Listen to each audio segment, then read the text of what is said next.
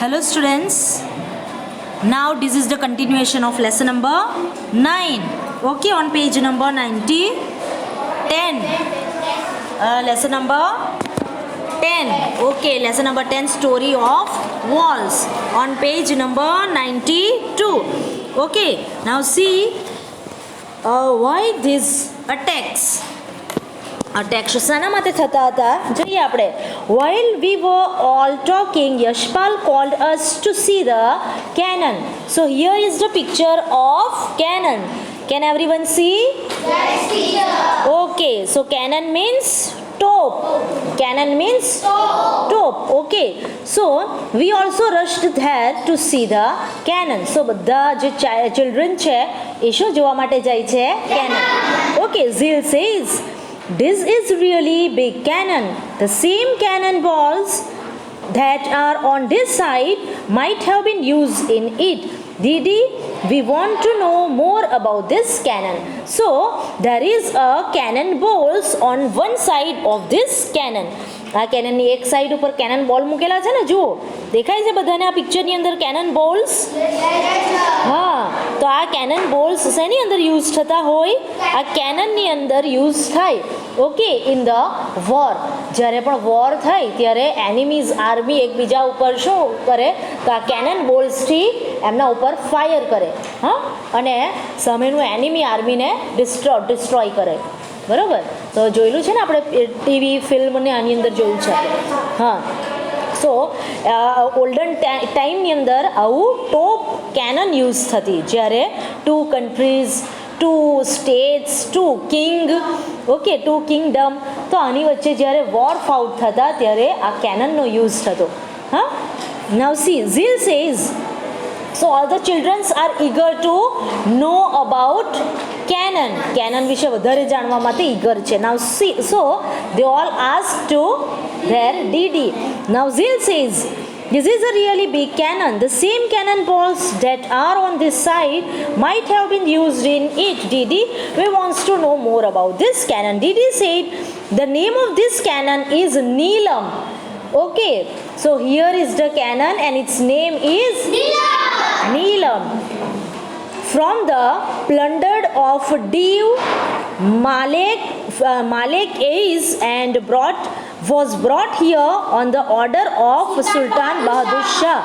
Okay, so આજે નીલમ ટોપ છે, Canon છે, એ કોના ઓર્ડરથી લાવવામાં આવી છે?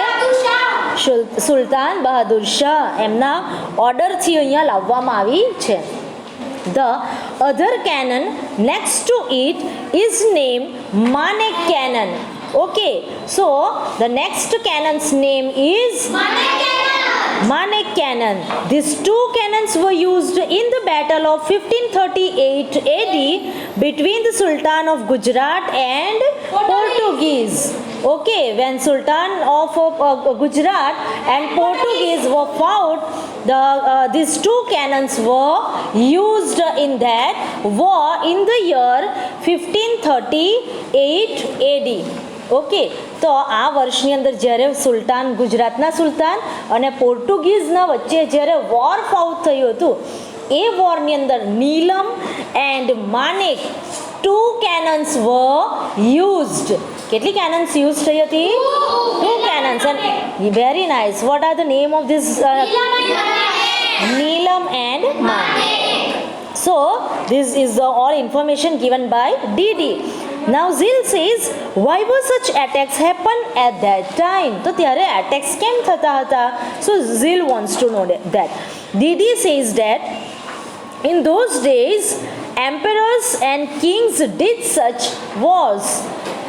They tried to make smaller kingdoms a part of their own kingdom.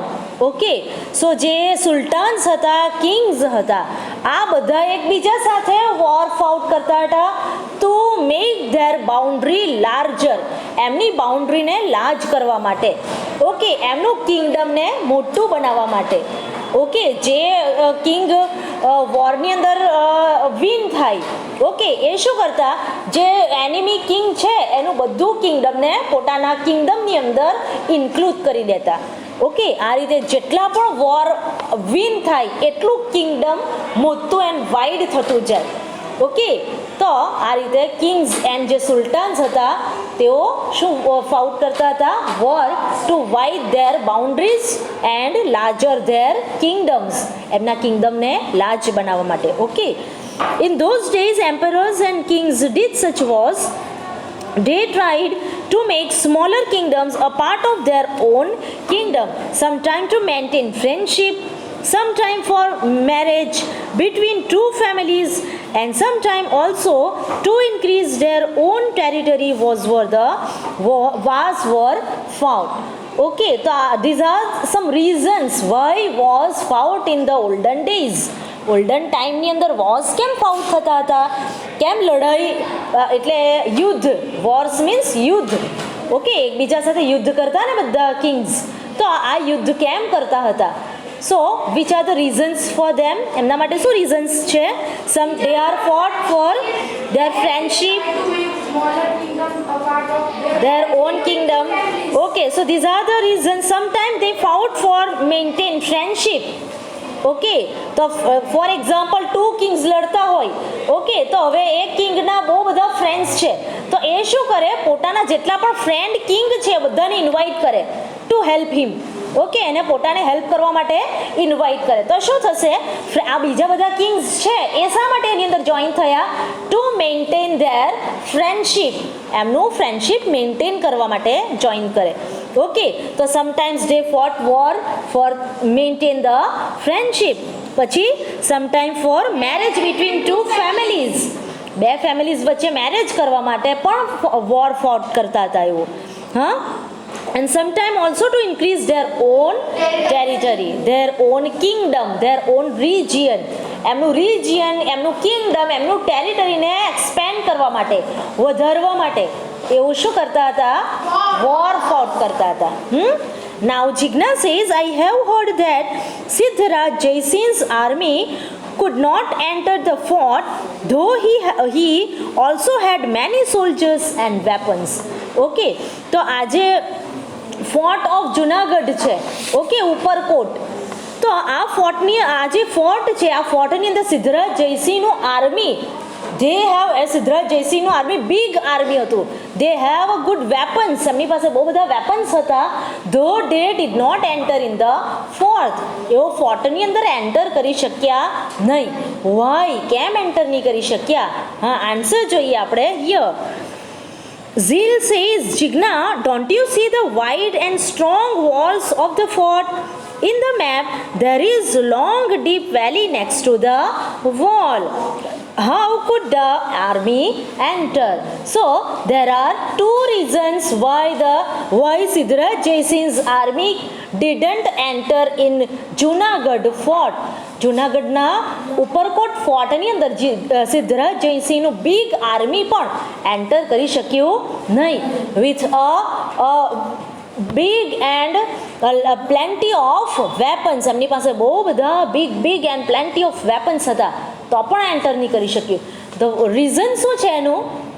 Two reasons. There is a very nice thick walls of that fort, ફોર્ટનું thick wall છે, અને બીજું શું છે? આ ડીપ વેલી છે. આ જે ફોર્ટને કન્સ્ટ્રક્ટ કરેલું છે એના નેક્સ્ટમાં જ શું આવેલી છે? ડીપ વેલી. વેલી એટલે કે ખીણ. હા, વેલી એટલે કે ખીણ, એટલે કે એકદમ ઊંડી, ડીપેસ્ટ લેન્ડ, એકદમ નીચી એરિયા છે આવેલું, વેલી આવેલું છે. અને આ વેલીને ઓવરકમ થાય એવું નથી, બરોબર? તો એટલા માટે સિદ્ધરાજ જયસિંહનું આર્મી છે બહુ બિગ હતું, તો પણ એની અંદર એન્ટર કરી શક્યું નહીં. Okay, so these are the two reasons. Okay, so Yashpal says, and if the army tried to come by any other way, then the soldiers hiding in the bastions can see them from a distance and take measures to avoid attack. Okay, હવે એક side આ જે fort છે એનું એક side છે deep વેલી. Okay, તો ત્યાંથી એન્ટર થઈ શકે નહીં કોઈ પણ એનિમી. આ વેલીને કેવી રીતના કૂદી શકવાના? ઓકે, વેલીઝ તો ડીપ છે, એને ઓવરકમ થઈ શકે નહીં, એટલે એ સાઈડથી આર્મી, કોઈ પણ એનિમી આર્મી એન્ટર કરી શકે નહીં. હવે જો યશપાલનો શું ક્વેશ્ચન છે, હવે જો આર્મીઝ બીજી સાઈડથી આવવા માંગે તો શું થાય, તો if the armies come on another side the hiding soldiers were located them, એ બધા એ લોકોને જોઈ લે and they take some measures to avoid the enemy army. હવે એ લોકો એમને દૂરથી આવતા જોઈ લે એટલે શું લે, તરત જ સ્ટેપ લઈને એમને અવોઇડ કરી લે. ઓકે, અથવા એમનો વળતો હુમલો કરીને એમને ભગાડી દે. Okay, so in this way this is the એમનું જે કન્સ્ટ્રક્શન હતું, ઓકે, એકદમ સેફ ઝોનમાં હતું. ઓકે, બંને બાજુથી safe. Now Jigna says, let's guess with our eyes closed the army is coming with their guns on horse and elephants. Now Jigna says that let everyone close our eyes and imagine that there is an enemy army coming towards you on, they have different types of weapons, they are coming on the horses and elephants. Okay, so oh no, how many people and soldiers on both the sides may have died in this battle. હવે જો battle થાય, battle એટલે કે fighting, યુદ્ધ. Okay, war. આવા બેટલની અંદર એવું નથી કે એક જ સાઈડનું આર્મી હોય, હા એ જ મરી જાય કે એનું જ ડિસ્ટ્રક્શન થાય, એવું નથી. બોથ સાઈડ આર્મીનું લોસ થાય. ઓકે, બંને સાઈડના આર્મીના જે સોલ્જર્સ હોય એ બંને સાઈડથી ડેથ થાય ને. તો many peoples were dead because of battle or war. Why do people wage war? Wars શા માટે લડતા હશે, એવું કોને ક્વેશ્ચન થાય છે? ઝીલને. Because no one and there is no, એનું કોઈ બેનિફિટ નથી. There is no benefit of war. વોરથી કોઈ બેનિફિટ નથી થવાનું. ઓકે, વોર્સથી શું થવાનું છે? Destruction of different goods and human life. લાઈફનું ડિસ્ટ્રક્શન થશે, ગુડ્સનું ડિસ્ટ્રક્શન થશે, એનિમલ્સનું પણ ડિસ્ટ્રક્શન થાય ને, હોર્સ એન્ડ એલિફન્ટ્સને. Okay, so everything is in loss due to wars. કોના કારણે? વોર્સના કારણે. So it is not good to fought a wars. Wars fought કરવું એ ગુડ નથી. Okay, and Zeel think about that, કે આટલા બધા લોકો મરી જાય તો પછી આવું વોર કેમ લડતા હશે? Okay, there is no benefit of wars. Now turn your page. Yashpal says guns and cannons are things of the past. Nowadays many countries have atom bombs. A single bomb of this type can cause so much destruction. Okay, Yashpal says આજે guns and કેનન્સ, ટોપ, આ બધું તો ઓલ્ડન ટાઈમની અંદર use થતું હતું. Today all the countries, most of the countries in the world have atom bombs. Okay, આજે new weapons આવી ગયા છે. તો એટમ બોમ્બ્સ બધા પાસે છે એન્ડ એનાથી બહુ વધારે ડિસ્ટ્રક્શન થાય છે. આપણે જોઈ ગયા હતા. Okay, how many world war fought? How many world war? Two world war fought in the past ancient time. Okay, એ first world war fought between which year? 1914 to 1919. Okay, 1914 to 1919. 1914 થી 1919 સુધી first world war ફાઉટ થયું.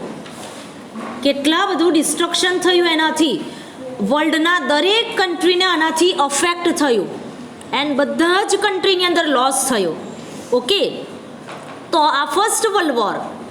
Second world war was ફાઉટ in the year 1939. 1939. So second world war was started in 1939 and it was ended in 1945. It was ended in 1945. Okay, so that was second world war. સો આ જે second world war છે એની અંદર first world war કરતાં પણ વધારે destruction થયું.